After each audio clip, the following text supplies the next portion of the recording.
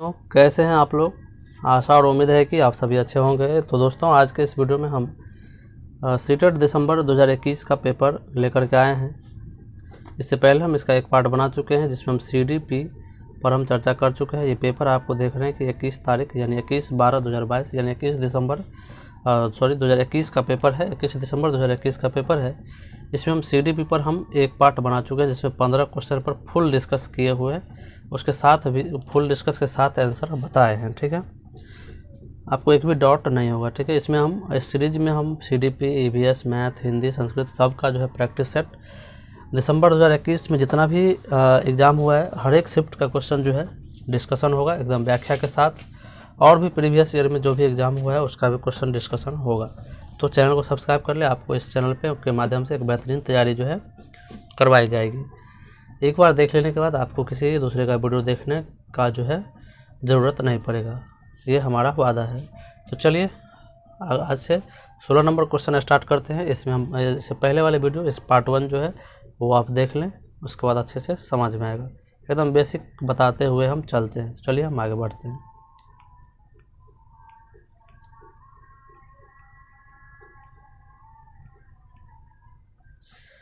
चलिए तो हम 16 नंबर क्वेश्चन पे आ चुके हैं। यहाँ पर देख लीजिए 16 नंबर क्वेश्चन क्या है। देखिए दोस्तों, इस तरह का क्वेश्चन अब ज़्यादा आने लगा है कि 1 2 3 1 2 4 यानी कि 4 ऑप्शन दिया रहेगा जिसमें 2-3 ऑप्शन सही रहता है।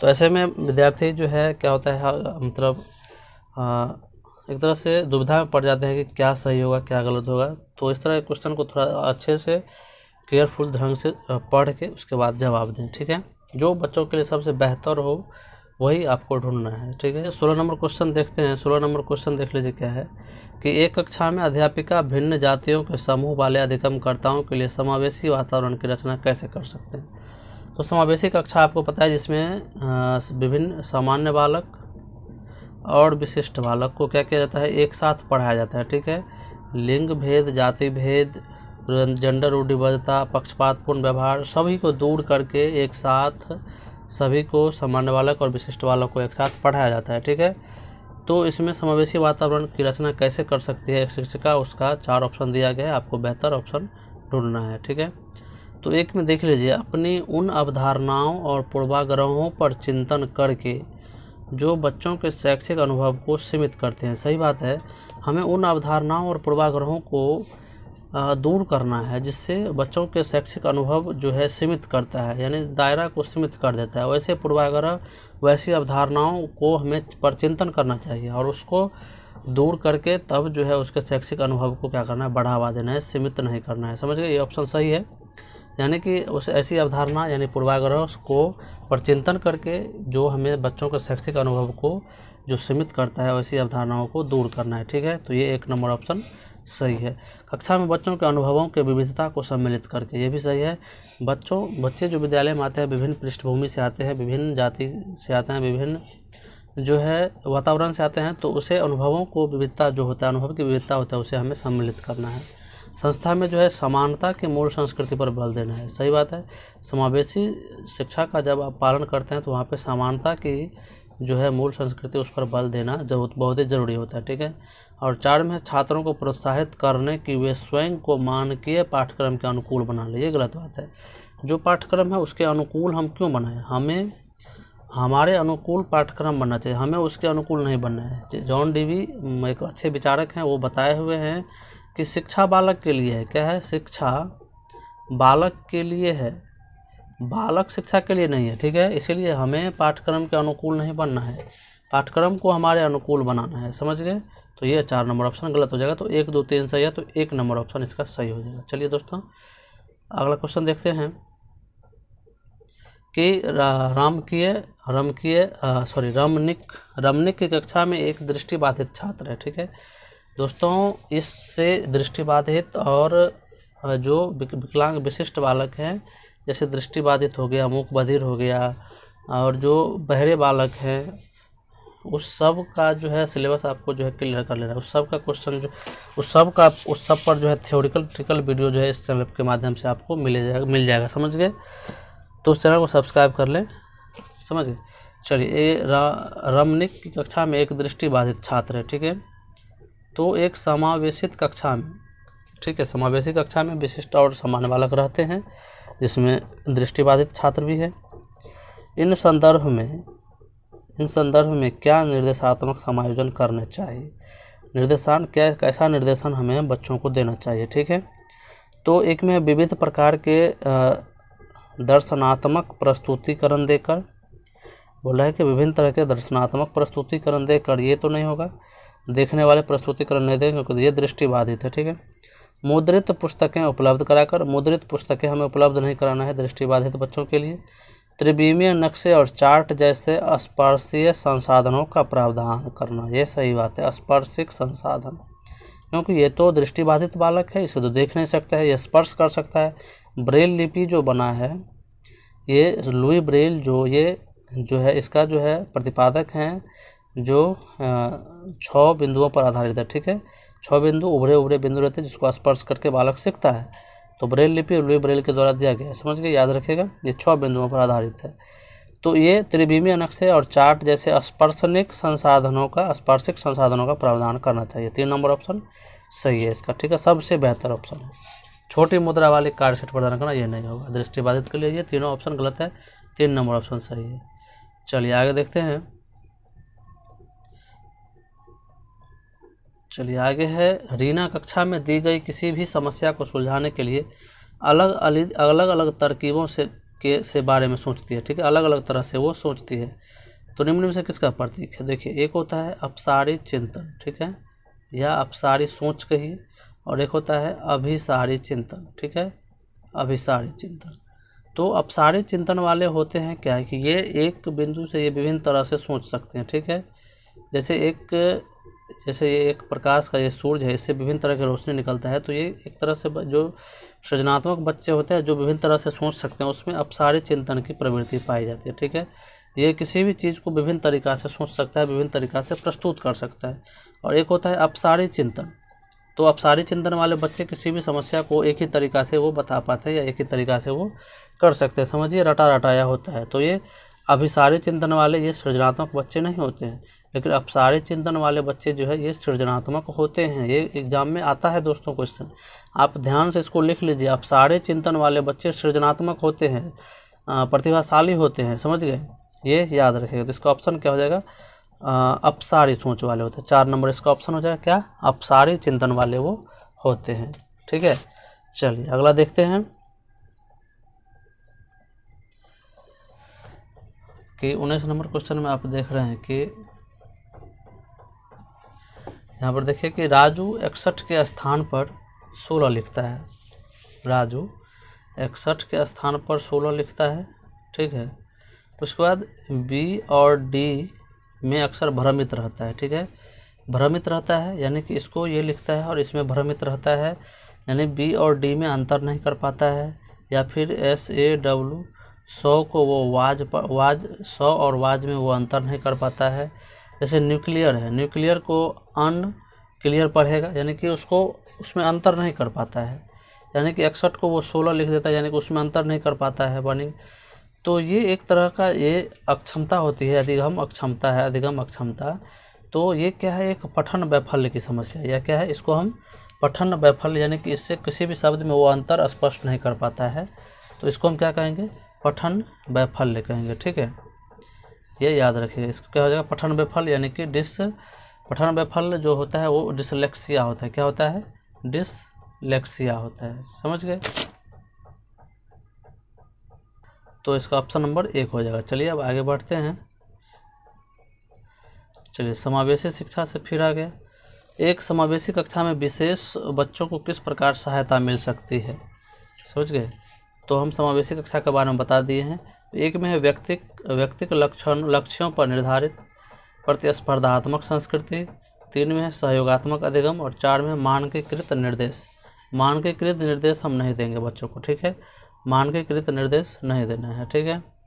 उसके बाद जो है व्यक्तिक लक्ष्यों पर का निर्धारण, ये तो सही है, व्यक्तिक लक्षण सभी बालक को जो है व्यक्तिगत रूप से ध्यान देना है। प्रतिस्पर्धात्मक संस्कृति होनी चाहिए, प्रतिस्पर्धा होनी चाहिए उसमें, ठीक है। उसके बाद जो है सहयोगात्मक अधिगम होना चाहिए, अच्छा, यहाँ पे प्रतिस्पर्धात्मक संस्कृति है, संस्कृति प्रतिस्पर्धात्मक नहीं होनी चाहिए, ठीक है। अधिगम प्रतिस्पर्धात्मक होना चाहिए, लेकिन संस्कृति प्रतिस्पर्धात्मक नहीं होना चाहिए, ठीक है, कि हमारी संस्कृति बेहतर है, उसकी संस्कृति से हमारी संस्कृति की बेहतर है, तो ये नहीं होना चाहिए, ठीक है। तो 1 नंबर और 3 नंबर ऑप्शन इसका सबसे बेहतर है, तो 3 नंबर इसका ऑप्शन 1 और 3 इसका ऑप्शन सही हो जाएगा, ठीक है। यानी व्यक्तिगत लक्ष्यों का निर्धारण और सहयोगात्मक अधिगम, प्रतिस्पर्धात्मक संस्कृति नहीं होनी चाहिए, ठीक है। और मानकीकृत निर्देश, यानी कि एक ही तरीका का निर्देश हमें नहीं देना है बच्चों को, ठीक है। तो 3 नंबर ऑप्शन होना चाहिए। विभिन्न तरीका से बच्चों को हमें निर्देश देना चाहिए, विभिन्न तरीके से सोचने का निर्देश हमें देना चाहिए, ठीक है। चलिए अगला क्वेश्चन देखते हैं। संरचनावादी फिर से आ गया भाई, संरचनावादी तो बार बार पूछा जा रहा है। इससे पहले वाले वीडियो में भी संरचनावादी जो था संरचनावादी परिप्रेक्ष्य बहुत ही अच्छा है। एक संरचनावादी परिप्रेक्ष्य में बच्चों को किस प्रकार समझा जाता है, तो बच्चों को जो है सक्रिय समझा जाता है, शिक्षक को सक्रिय समझाता है, बच्चों को जागरूक उत्सुक समझा जाता है, ठीक है। बच्चे सक्रिय रूप से इसमें कार्य करते हैं, खुद से करके सीखते हैं, स्वयं से करके सीखते हैं, इसमें समझ गए। तो निष्क्रिय प्राणी के रूप में नहीं, छोटे वयस्कों के रूप में नहीं, दुष्ट जीव के रूप में नहीं, अपने पर्यावरण को समझने की उत्सुकता के लिए जो है उत्सुकता के लिए हुए, यानी कि ये समझा जाता है, ठीक है। इसका ऑप्शन नंबर क्या हो जाएगा? 4 नंबर इसका ऑप्शन हो जाएगा। चलिए अब आगे देखते हैं। बच्चों की असफलता के संदर्भ में निम्न में से कौन सा कथन सही है? सही में 3 गलत होगा और 1 सही होगा, ठीक है। या नहीं तो सबसे बेहतर को ढूंढना रहता है इसमें। चलिए 1 नंबर में देखिए, बच्चों की असफलता का गुणरोपण हमेशा उसके आनुवंशिक दोषों से को किया जा सकता है, गलत बात है। असफलता और सफलता ये आनुवंशिक गुण पर नहीं होता है, ठीक है। ये हमारी अपनी रुचि पर्यावरण के आधार पर होता है, सामाजिक संस्कृति के आधार पर होता है, ठीक है। ये असफलता जो है हमारी आनुवंशिकता, इसमें इसका कोई दोष नहीं है। बच्चों की असफलता का कारण व्यवस्था द्वारा बच्चों की व्यक्तिगत ज़रूरतों को अनदेखा करना है। बच्चों की असफलता का कारण व्यवस्था द्वारा बच्चों की व्यक्तिगत ज़रूरतों को अनदेखा करना है, सही बात है।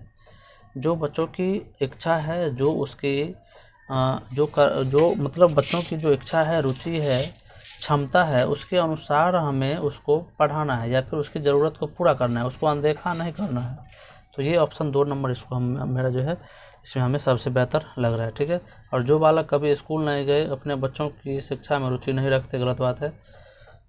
हाशिए पर रहने वाले समुदायों के बच्चे अकादमिक सफलता प्राप्त करने में सक्षम नहीं है, ये भी गलत है, ठीक है। तो ये ऑप्शन नंबर 2 इसका सही हो जाए। एक शिक्षिका अपनी प्राथमिक कक्षा में अर्थपूर्ण अधिगम को कैसे बढ़ावा दे सकती है? तो एक में है वेधन तथा अभ्यास द्वारा, गलत है। प्रतिस्पर्धा को बढ़ावा देकर, गलत बात है। विषय वस्तु का विद्यार्थियों के जीवन के साथ संबंध स्थापित करके, ये सही बात है। अधिगम की छोटी छोटी उपलब्धियों के लिए पुरस्कार देकर, ये भी गलत है, ठीक है। 3 नंबर ऑप्शन इसका सही हो जाएगा।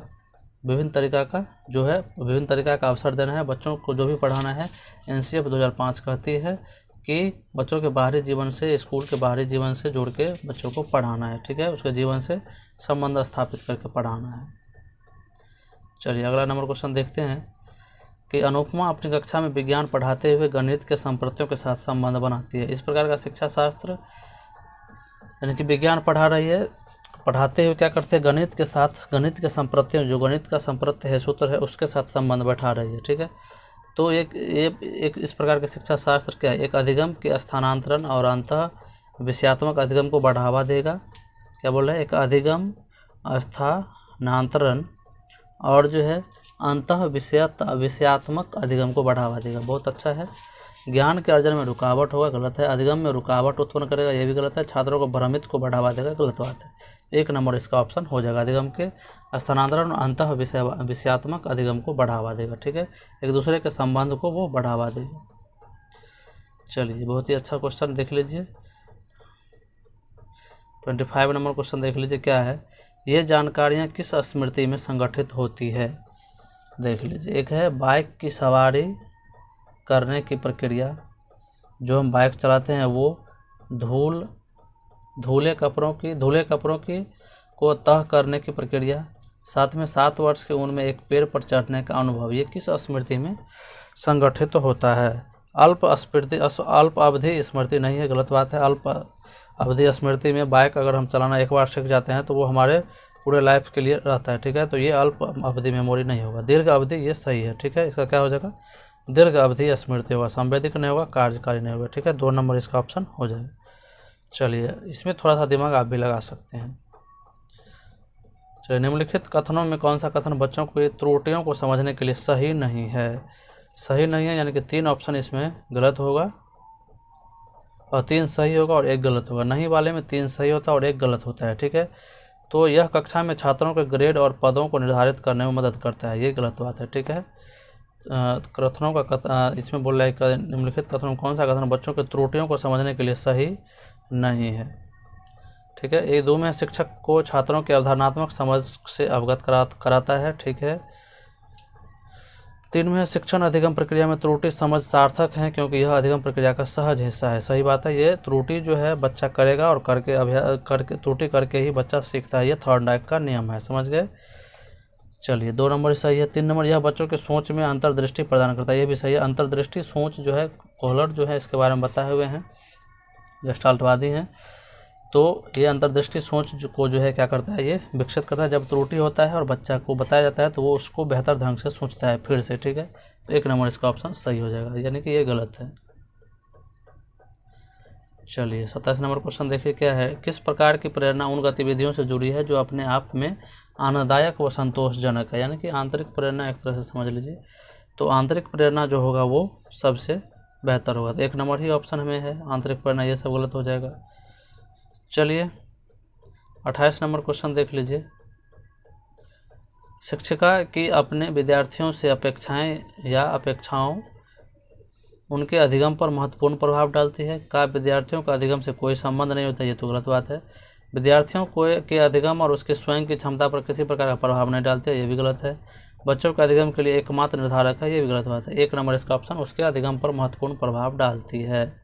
ठीक है, चलिए, 29 नंबर, बाल केंद्रित शिक्षा से आ गया, चाइल्ड सेंटर्ड। गिजुभाई बधेका इनके समर्थक हैं भारत में। ठीक है, और जो है और उसके बाद जो है प्रगतिशील शिक्षा है एक, जिसका जॉन डेवी समर्थक हैं। समझ गए?